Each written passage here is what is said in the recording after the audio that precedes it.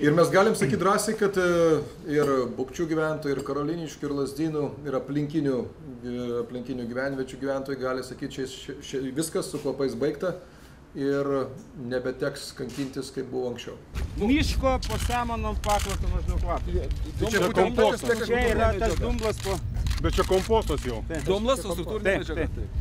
Kas netikit? Kas netikit? Bet kadangi... Čia yra dumblas, tas, kur pernai labai smirtės. Bet jau 5 kartus sumažėjo to gėrio, kas buvo. Tai ir pasikeitęs tas pats produktas iš principo, jau kai metatankus paleidom, dabar tai jisai naujam... Nu, sakau, dabar pasirodo, ką reiškia šitą investiciją. Dabar jau pradeda matytis ir jausti. Ir kas įdomiausia kaina, 145 milijonų. 145, buvo 174. O ne 200, kai sakė, ir visur buvo skleista, kad 200, tai vis dėlto... O tai statybos metu susitaupėt, ar kaip čia? Tai rezervą absoliučiai sutaupėm. Ai, rezervą sutaupėt? Jo, tas PVM-as, viskas, jo, ir praktiškai, nu šiaip dar susitaupėm. Gaminsime į metus iki 16 milijonų kilovatvalandžių elektros energijos. Numatyti yra 2 variantai, arba naudoti savo, arba pardavimui.